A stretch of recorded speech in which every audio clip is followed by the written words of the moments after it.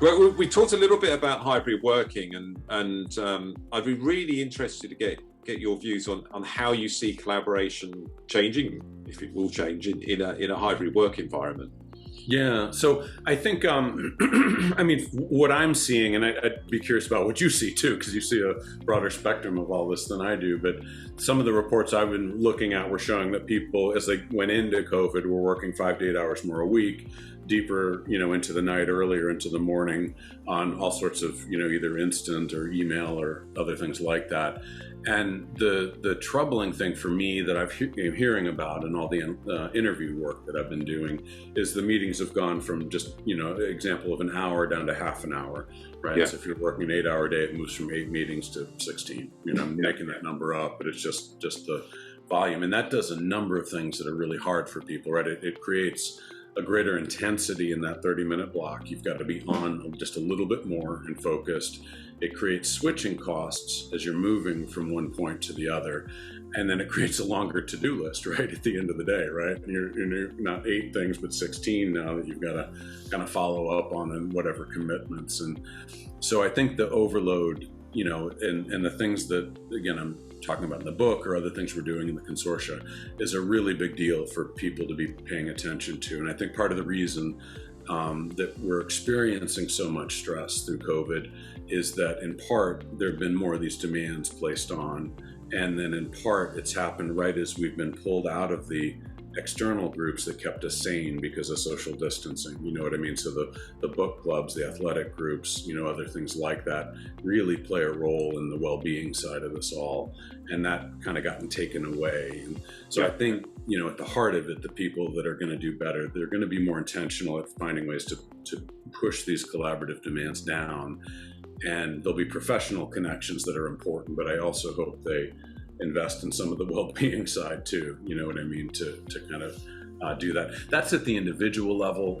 At the organizational level, on the return to work, we've run a ton of studies recently for companies that are kind of thinking about how do we think about hybrid work, right? And who do we bring back for what periods of time and then what constellation? And the network analytics are really well suited for that because you can kind of come in and say, okay, it's not so much this role, this role, this role because of the nature of the work. It's actually these sets of 4 or 5 roles because of the interactions between them that we want to preserve, and traditional like pure human capital analytics don't see those webs right in the same way. So it's a really nice way to think about, how you're bringing people back.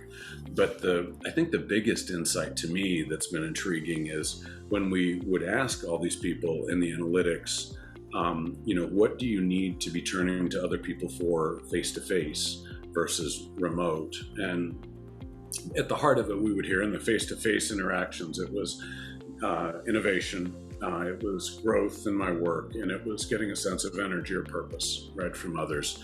And so that'll be one of the biggest challenges, I think, for companies as they think about how do they equip their leaders to use that face-to-face time better, right? You don't want people to just come back and use the 2 days to default into doing work as they did in the past. You really want people to be using that time to create energy and purpose, growth opportunities, and innovation, right? It means a very different thing or approach for groups that are successful. And a lot of the companies that I've described that are working with these ideas, they're building guides and other things like that to kind of transition back differently. And I guess in very much it's an experiment in many respects, whatever cadence people come and what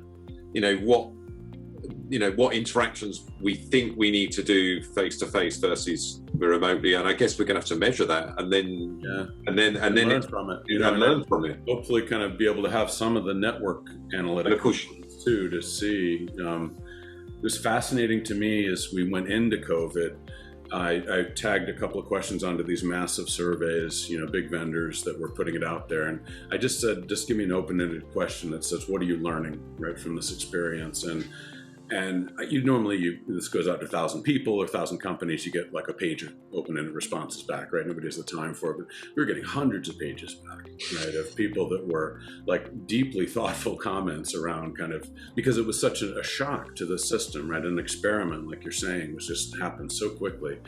But it was really amazing. Like I would read down these things and the first bulk of them would be, oh my gosh, this has been the best thing ever, right? I've learned that there is a different way to live my life. I'm talking to my significant other, my children like me, I'm healthier, all these things.